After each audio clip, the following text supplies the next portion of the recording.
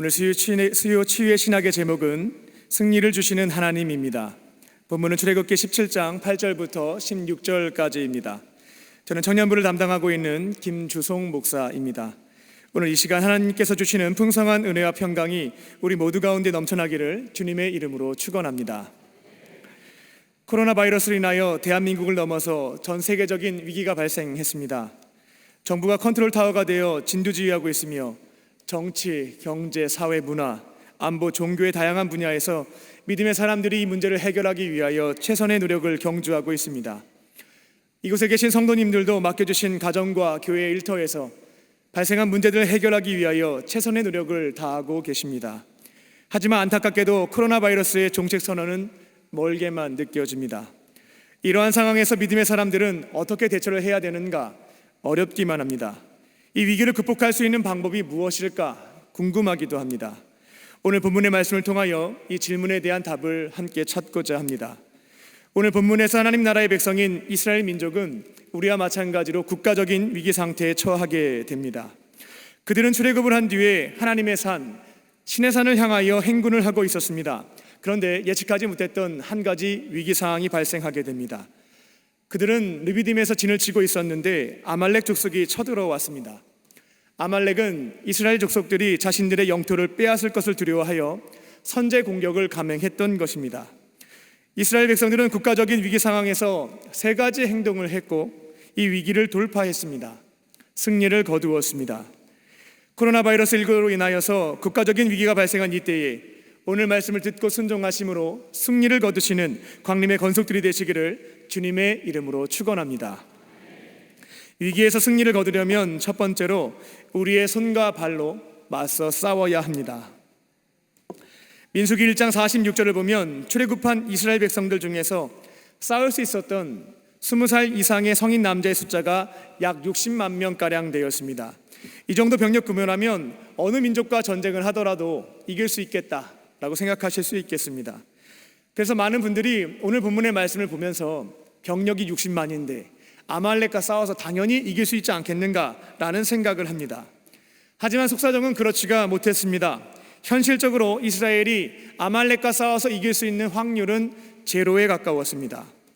이스라엘 백성들이 출애굽한 지 지금 몇 개월 되지 않은 시점이었습니다. 그들에게는 무기도 없었습니다. 또한 군사훈련을 받아본 적도 없었습니다. 전쟁 경험도 전무했습니다. 르비딤 지형에 대한 이해도 없었습니다. 그리고 가장 큰 문제는 그들의 뼛속까지 깊이 박혀 있었던 노예 근성이었습니다. 60만 병력은 많았습니다만 당나라 군대 오합지졸에 불과했다라는 것입니다. 그나마 마지막 한 가지 희망을 걸어볼 수 있었던 것은 이스라엘 백성들의 신앙심이었습니다. 전지전능하신 하나님께서 우리 민족을 지켜주시고 보호해 주시며 반드시 승리하게 하실 것이다 라고 하는 신앙심이 있었다면 아무리 오합지졸이라 할지라도 전쟁을 해볼 만했습니다. 그러나 그들의 신앙심은 안타깝게도 바닥을 치고 있었습니다. 출애굽기 17장 1절부터 7절까지가 이스라엘 백성들이 아말렉과 전쟁을 하기 전에 발생했던 사건, 르비딤 사건이 기록되어 있습니다. 이스라엘 백성들은 시내산을 향해서 행군하던 중에 르비딤의 장막을 쳤습니다. 그런데 마실 물이 없었습니다. 그때 그들은 불평을 하기 시작했습니다. 17장 3절을 보게 되면 왜 우리를 출애굽시켰느냐, 노예로 사는 게 나을 뻔했다, 우리 물 없어서 목말라 죽게 만들려고 이렇게 끌고 나왔느냐라고 모세에게 원망을 했습니다. 그리고 17장 7절을 보게 되면 하나님 살아 계시냐, 살아계시면 우리와 함께 하시는 게 맞느냐, 어떻게 물이 없어서 이렇게 고통당하게 내버려 두실 수가 있느냐라고 따졌습니다. 이게 바로 전쟁을 앞둔 출애굽 1세대 성인 남자들의 영적 수준, 신앙 상태였다라는 것입니다. 그들에게서 하나님에 대한 신실한 믿음은 찾아볼 수가 없는 실정이었습니다. 도무지 전쟁을 치를 수 없는 상황이었지만 모세는 여호수아를 불렀습니다. 그리고 사람을 택하여서 전쟁을 해야 된다라고 명령하였습니다. 여호수아는 이렇게 저렇게 머리를 굴려봤지만 도무지 이길 수 있는 싸움이 아닙니다. 모세를 통해 주신 하나님의 명령이긴 합니다만 도무지 이길 방도를 찾을 수가 없었습니다. 하지만 하나님께서 모세를 통해 사명을 주셨으니 피하지 않고 맞서 싸웠습니다. 여호수아에게는 다른 사람들과는 달리 하나님에 대한 확실한 믿음이 있었습니다.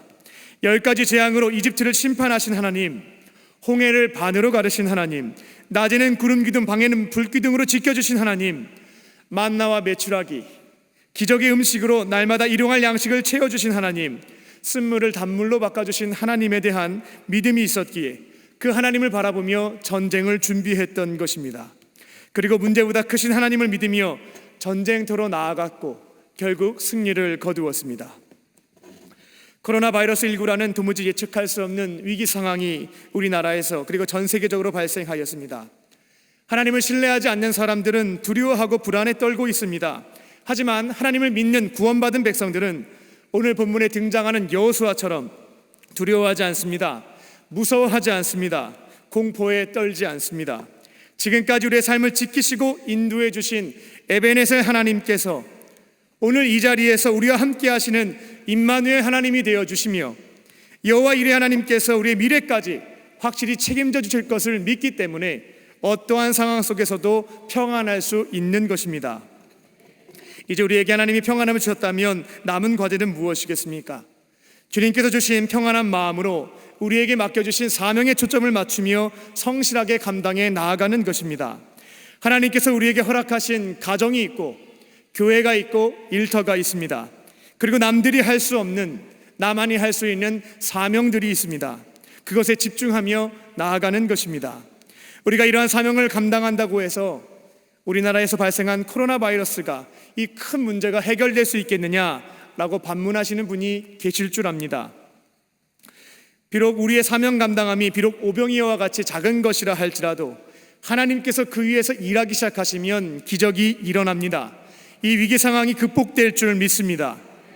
코로나 바이러스로 인하여 발생한 위기 상황 속에서 에벤에셀의 하나님, 임마누엘의 하나님, 여호와 이레 하나님을 믿으시고 평안함을 얻으실 줄 믿습니다. 그리고 하나님께서 우리에게 허락하신 가정과 교회와 일터에서 남들이 할 수 없는, 나만이 할 수 있는 사명을 감당하실 줄 믿습니다. 비록 작은 것이라 할지라도 주님을 위해서 사명을 감당해 나아가실 때에 하나님께서 이 모든 것들을 합력하여 이 위기를 극복하게 하실 줄 믿습니다. 위기에서 승리를 거두려면 두 번째로 누군가는 기도해야 합니다. 그리스도인들 중에서 위기가 발생했을 때 양극단에 서서 해결하려고 하는 모습들을 보기가 쉽습니다. 행동주의자들은 기도 없이 자신의 힘과 노력으로 문제를 해결하려고 합니다.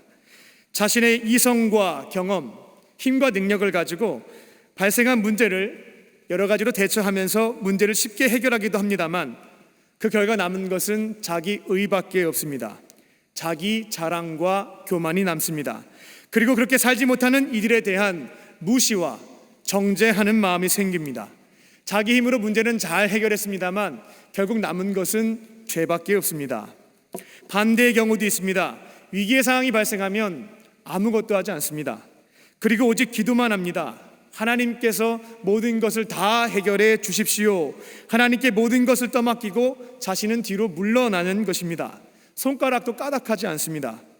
정말 특별한 경우를 제외하고는 이런 경우에 하나님의 일하심과 역사하심은 찾아볼 수가 없습니다. 성경을 보게 되면 하나님께서는 실천과 기도가 병행되기 시작할 때 역사하시기 시작하십니다. 오늘 본문의 말씀에서 여호수아 군대는 손과 발을 가지고 맞서 싸웠습니다. 실천을 했습니다. 그리고 모세와 아론과 훌은 산꼭대기에서 기도하였습니다. 이렇게 실천과 기도가 병행될 때에 하나님이 일하셔서 그들에게 승리를 주시는 것입니다. 그리고 오늘 본문을 자세히 살펴보면 국가적인 위기를 극복하기 위해서 귀하게 쓰임을 받았던 모세와 아론과 훌의 기도에는 두 가지 특징이 있다라고 하는 것을 볼 수가 있겠습니다. 먼저는 혼자 기도하지 않았고 함께 기도했다는 점입니다. 모세는 기도의 자리에 혼자 가지 않았고 아론과 훌을 데리고 갔습니다. 큰 위기 앞에서 혼자 기도하지 않고 함께 기도할 필요가 있다는 것을 알 수가 있는 대목입니다. 구약 성경 에스더를 보게 되면 페르시아의 왕후였던 에스더는 남유다가 멸절당할 수 있는 국가적 위기 상황에서 혼자 기도하지 않았습니다. 모든 남유다 백성들에게 3일간 금식하며 기도할 것을 부탁하였습니다. 예수님께서도요, 평상시에는 홀로 기도 많이 하셨는데 인류를 구원하시기 위하여 십자가 대속 사역을 감당하시기 전 겟세마네에서 기도하실 때에는 홀로 가시지 않았습니다. 제자들을 데리고 가셨습니다. 함께 기도하셨던 것입니다. 이처럼 큰 위기 상황이 발생했을 때에는 혼자 기도하는 것이 아닙니다. 함께 기도하는 것입니다. 그리고 두 번째는 실천보다 기도가 더 중요했다라는 점입니다. 모세가 산에서 손을 높이 들었을 때에 기도했을 때 이스라엘은 승리를 거두었습니다. 그런데 모세가 손을 내리게 되었을 때, 즉 기도를 쉬었을 때 아말렉이 승리를 거두었습니다. 이것은 무엇을 의미하는가? 전쟁의 승패는 여호수아 군대의 전투력에 달려있지 않았다라는 것입니다. 모세의 기도에 달려 있었다는 것입니다. 더 정확하게 말씀을 드리자면 전쟁의 승패는 여호수아 군대의 전투력이 아니라 전능하신 하나님의 손에 달려 있었다라는 것입니다. 코로나 바이러스로 인하여 국가적으로 전 세계적으로 위기가 발생하였습니다. 이를 극복하기 위해서는 하나님께서 지키시고 보호하실 것을 믿으며 자신의 손과 발을 들여서 최전선에서 싸우는 사람들이 필요합니다. 그리고 산꼭대기에 올라가서 손을 들고 중보하는 기도의 사람이 있어야 할 줄 믿습니다. 코로나 바이러스의 극복은 결국 하나님의 손에 달려있음을 믿으며 함께 모여서 기도하는 사람이 있을 때에 가능해지는 것입니다. 코로나 바이러스의 위기 상황을 신앙인의 관점에서 영적인 눈을 들어서 보게 되었을 때 이 문제가 조속히 해결되기 위해서는 충족돼야 될 시급한 점은 함께 기도하는 일입니다. 믿음의 사람들조차도 이 위기 극복의 열쇠를 정부와 의료진과 백신 개발자라고만 생각을 합니다. 그들의 역할 또한 중요합니다만 성경은 국가적인 위기를 극복하기 위해서 산꼭대기에 올라가서 기도하는 사람들이 있어야 한다, 그들이 더 중요하다라고 증언하고 있습니다. 지금 우리 강림교회가 이 코로나 위기 극복을 위해서 가장 중요한 사명입니다. 산꼭대기에 올라가서 함께 기도하는 사명을 감당하고 있는 줄 믿습니다. 2020년 모세와 아론과 훌이 되어 40일간 호렙산에 올라가서 이 나라와 민족을 위하여 또 코로나 바이러스 극복을 위하여 기도하고 있기에 하나님께서 반드시 우리에게 승리를 주실 줄 믿습니다. 앞으로 시간이 흘러 한국의 역사책에는 코로나 바이러스와 관련하여 수고한 정부 관계자, 의료진, 자원봉사자들에 대한 기록만 남겠습니다만 하나님 나라에 있는 하나님 역사책에는 이를 위해서 40일간 호렙산으로 올라가서 두 손을 들고 기도한 강림교회 성도님들의 이름과 사진이 기록될 줄 믿습니다. 이제 호렙산 기도회가 23일 남았습니다. 모세와 아론과 훌처럼 호렙산에 오르셔서 이 나라와 이 민족을 위하여 기도하시고 전 세계적인 위기 극복에 귀하게 쓰임받는 광림의 권속들이 되시기를 주님의 이름으로 축원합니다. 앞으로 인생의 여정에서 승리하는 삶을 계속해서 살기를 원하신다면 셋째로 여호와 니시의 하나님을 기억하시기 바랍니다. 하나님께서는 이스라엘 민족에게 승리를 주셨습니다. 그리고 모세에게 명하여 이 싸움을 책에 기록하라고 명하십니다. 이 내용을 시시때때로 여호수아에게 알려주어서 완전하게 암기시켜라까지 명령하십니다. 앞으로 40년 뒤 여호수아는 출애굽 2세대를 이끌고 요단강을 건너가서 가나안 땅에서 7년간 전쟁을 해야 했습니다. 하나님께서는 앞으로 수많은 전투에서 승리를 거둘 수 있도록 승리의 비결입니다. 이것을 여호와의 마음판에 새겨 두셨던 것입니다. 모세는 그렇게 한 뒤 제단을 쌓고 하나님께 감사 제사를 드렸습니다. 그리고 그 제단의 이름을 여호와 니시라고 정했습니다. 그 뜻은 하나님은 나의 깃발이시다라는 뜻입니다. 모세는 여호와 니시를 외치면서 하나님께서 우리 민족에 승리를 주시는 승리의 깃발 되심을 찬양했습니다. 여호와 니시 하나님에 대한 믿음이 후손에게 전수되기를 간절히 소망했습니다. 성경에 기록은 없습니다만 아마도 여호와 니시, 이 니시라는 용어는 이스라엘 백성들에게 승리의 깃발, 승리의 상징이 되었을 것입니다. 가나안 땅에서 7년 동안 수많은 전투를 하면서 위기를 겪게 되었을 때 출애굽 2세대들은 여호와 니시를 외쳤을 것이며 우리에게 승리를 주시는 하나님, 우리에게 승리의 깃발 되시는 하나님을 크게 선포하며 전쟁터로 발걸음을 옮겼을 것입니다. 그리고 모세와 아론과 훌처럼 기도의 사람들을 배치시켜서 전쟁의 승패는 하나님의 손에 달려있다라는 것을 기억하며 승전보를 울릴 때까지 중보 기도하는 일을 명령했을 것입니다.